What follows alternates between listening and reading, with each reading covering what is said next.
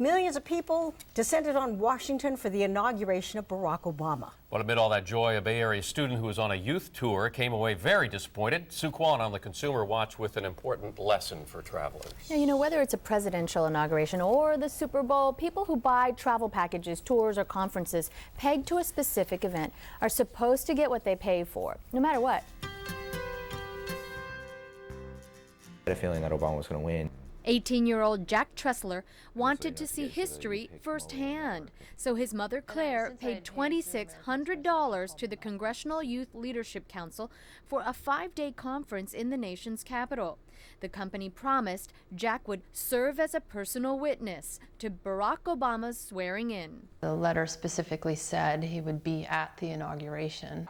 But January 20th, inauguration morning, Jack says he and his roommate were left to fend for themselves. Well, the night before, they had told us that we would have to get up early and we'd have to find our own transportation. The two hopped a subway at 4 in the morning and joined the throngs trying to get onto the National Mall. We waited for about 3.5 hours. They finally told us that the National Mall was closed because it was packed. Finally, at 7:30 in the morning and freezing, the two headed back to their hotel and watched the ceremony on TV. I was texting him, of course, like, "Are you there? Are you there?" And he just kept saying, "Call you later, call you later." When Jack came home, Claire complained to the trip organizer. The organization sent her a claim form placing the value of the inauguration at $250, something Claire says wasn't nearly enough. So she contacted CBS 5. I feel very frustrated that I can't get them to talk to me or help me with this. I'm seeking a full refund for the conference. San Francisco attorney Al Analik is an expert on travel issues. He says the conference organizer should have had a backup plan in place, particularly because kids were involved. It was a hard event to handle.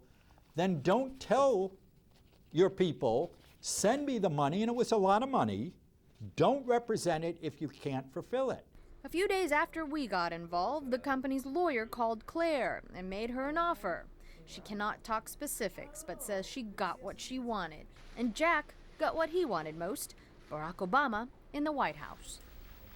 The organizers of the conference say that they are very sorry some participants were disappointed. Now, you can get an extra measure of protection by making sure that you book travel with a company that has a California seller of travel number.